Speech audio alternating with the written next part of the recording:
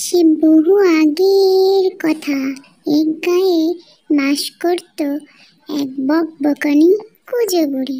কুঁজো বুড়ি সারাদিন শুধু বকা আর বকা। এই জগতে কুঁজো বুড়ির একমাত্র ছেলে মহিন ও তার বউ চম্পা ছাড়া তার আর কেউ ছিল না। তারাও মাঝে মাঝে তার উপরে বিরক্ত হয়ে যেত। একদিন চম্পা তাকে খেতে ডাকলো। নাও এসো দেখি, সকাল থেকে বকে বকে তোমার মাথাটা খেয়েছো, এবার দুটো ভাত দিলে আমাকে উদ্ধার করো। ও মহিন, দেখ আমি নাকি তোর বড় মাথা খেয়েছি, দেখ আমি থাকবো না, আমি চলে যাবো। থাক তোরা।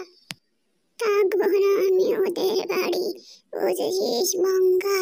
তুই ভালো থাকিস, আমি আবার যদি আসি তোকে খেতে দেবো। ভালো থাকিস, আমি চলে গেলাম। আমি থাকবো না ওদের বাড়ি, আমি ওদের নাকি মাথা খাই। আমার মহিন ওর বোন নিয়ে কোনো কথা বলে না, দুইজন মিলে আমাকে ওরে বকা দিত। আমি আর থাকবো না, আমি বনে জঙ্গলেই থাকবো। আমার বনি বাড়ি, আমার বনি ঘর। ও বুড়িমা, যাচ্ছ কোথায়? এত বকছো কেন? কি হয়েছে তোমার? কে কি বললো আবার? এত কথা কেন বলছো? বুড়ির বাঘ আমাকে বকবক। হা হা হা হা।